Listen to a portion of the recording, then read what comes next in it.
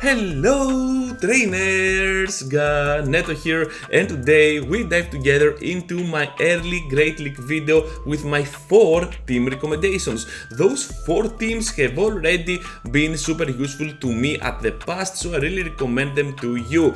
Having access to a Skarmory will apply a lot of pressure to the opponent, but also will prove to be one of the biggest defensive Pokemon that you can have on any team on Great League, because Skarmory has a lot of resistances and of course it is gonna be its biggest asset. The closer of the team is gonna be Swampert, since this Pokemon is a very good generalist, and even against its counter, something like a grass for example, you still have Sludge Wave or Earthquake. I prefer the Earthquake of course because it can deal much more damage to those ghost types and wall rines, so you are gonna be on a better position overall, especially that Jellicent, which is gonna be meta, much more meta actually this time. The safe switch of the team is gonna be Drapion. I prefer it on its shadow form alongside Swampert, but if you do not have those two Pokemon as a shadow, just keep in mind that you can still go pretty well in the meta with the regular forms. It is just that with shadow you're gonna see that Drapion is just gonna have no match at all,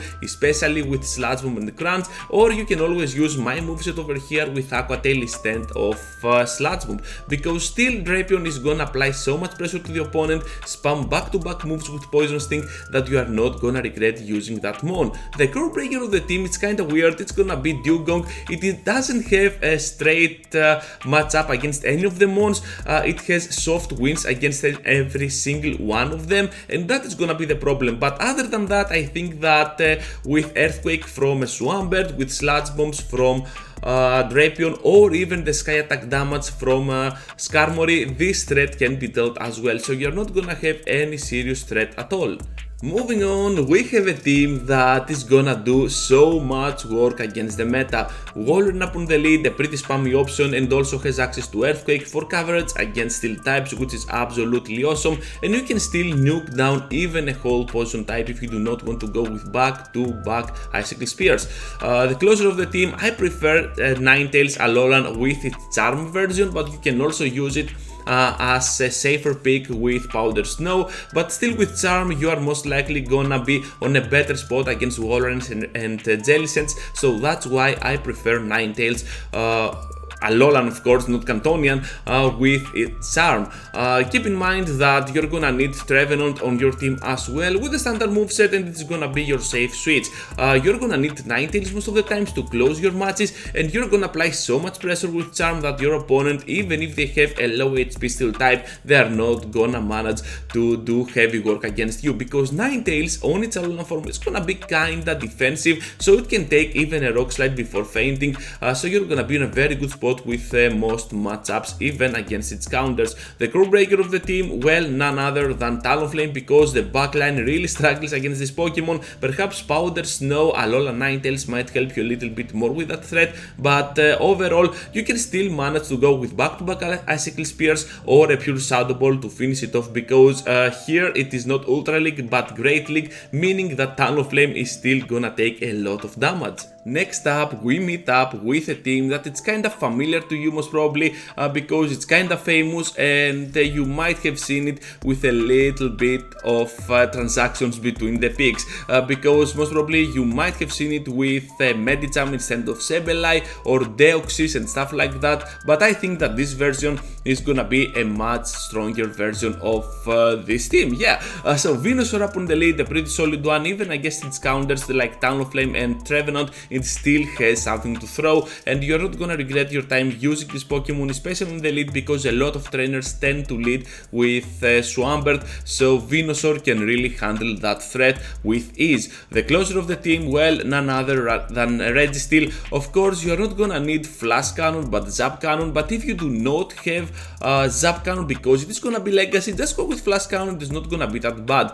Also with Flash Cannon, you are gonna have a better matchup against grass types like Venusaur and Trevenant, and most probably you're gonna one-shot that Alolan Ninetales that your opponent might have, and any other Charmer, of course.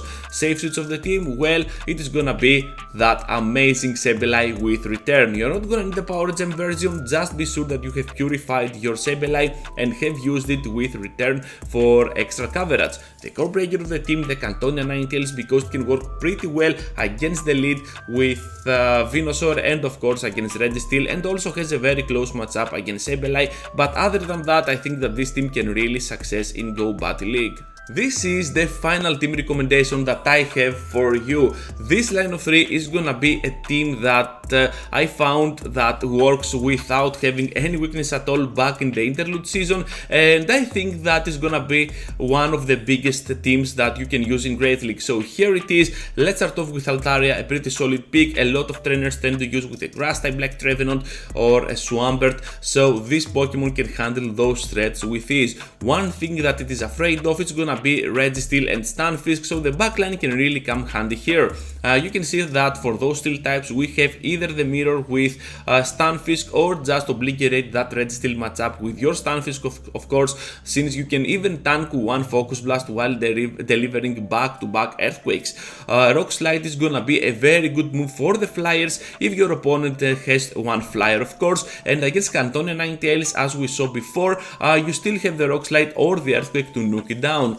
The closer of the team is gonna be Jellicent, and I really like this Pokemon, and I prefer it with Ice Beam over Bubble Beam. You're gonna need for sure that Shadow Ball, don't prove me wrong, and for fast attack I believe that Hex is gonna be your main way to go. Bubble can also help, but Hex is just a better energy gain move. For the second move, as we said, well, I don't like Bubble Beam because most of the times you are gonna find yourself struggling against the Mandibuzz, so Ice Beam can really prove to be a better move over there, and of course against the grass types. The core breaker of the team, you have to see here that we got a whole Walrein, but it is not a big threat, okay? You can still manage to play without having Walreins against your team. Against Altaria, yeah, it is gonna be a pretty bad matchup, but against Stunfisk you still have the Rock Slide and of course the Shadow Ball damage with your Jellicent, and of course you have to get hit by an Earthquake to lose those matchups, so it is gonna be kind of an iffy matchup, and I would not be that much worried about Walrein. That's all, trainers. Thank you for watching, thank you for staying till the end. I hope you liked today's video. Be sure to leave a like, subscribe to the channel if you already haven't, and I hope to see you all into the next one. Oh, of course, yeah, be sure to check over here because I'm having the next video that might be of interest to you. And with that said, farewell to you, trainers, take care, and I hope to see you all into the next one.